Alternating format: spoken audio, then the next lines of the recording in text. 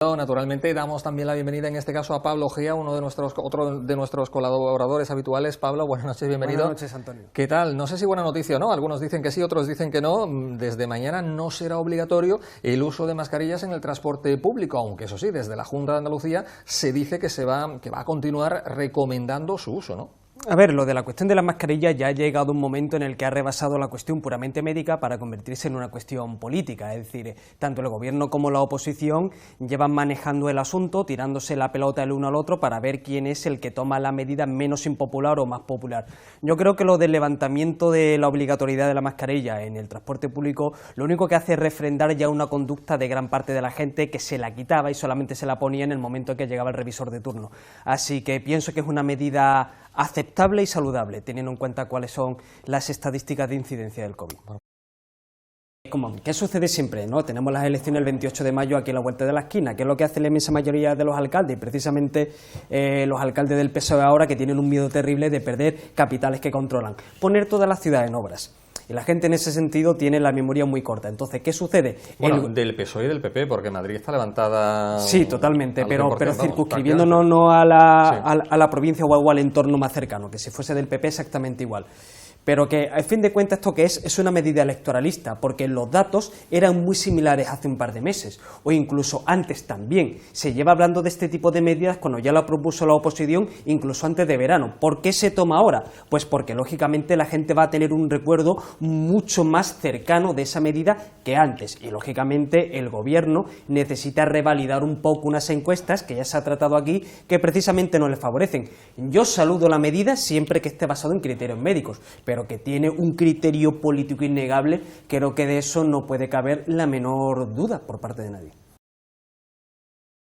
Aquí lo que ha sucedido, y ya lo hemos comentado aquí otras veces, esto es el resultado de legislar en base a golpe casuístico, es decir, en base al golpe del caso en particular y legislar en base a eslóganes políticos.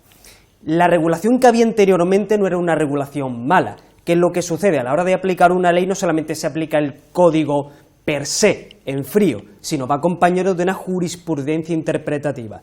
Y la propia jurisprudencia interpretativa del Tribunal Supremo, que en este caso es Dios, lo que diga el Tribunal Supremo no puede contradecirlo ningún juzgado inferior, era que el consentimiento sí estaba ligado a lo que es el abuso y a lo que es la agresión sexual.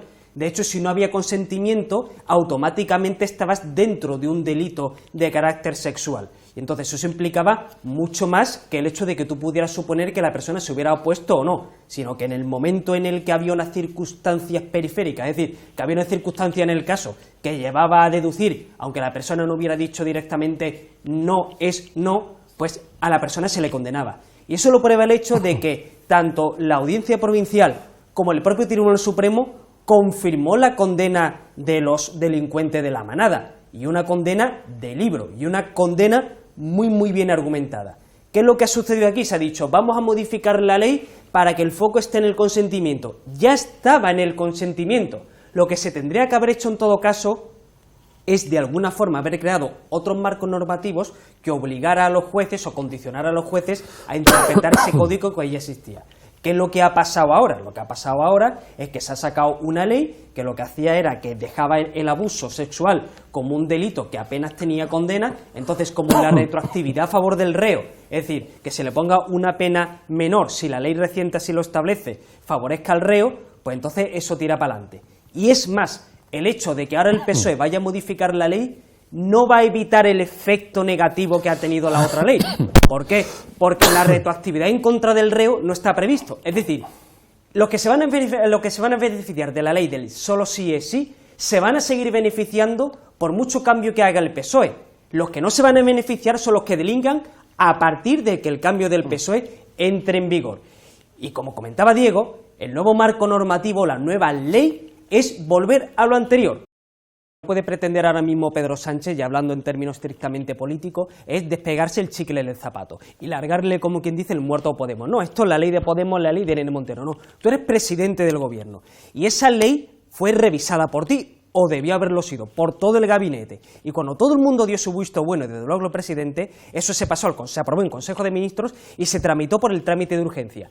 Y la misma chapuza que hicieron van a volver a hacer, porque eso se tramitó por el trámite de urgencia para que no se pudieran presentar alegaciones y aprobarla ya porque las elecciones están al lado. Ahora se va a tramitar esta reforma también por el trámite de urgencia porque, como bien ha dicho Diego, el PSOE ha leído las encuestas. Es decir, algo tan delicado como es el derecho penal, como son las garantías judiciales, en delitos tan sumamente dolorosos y desagradables como estos, no puede ir ligado al capricho político de turno.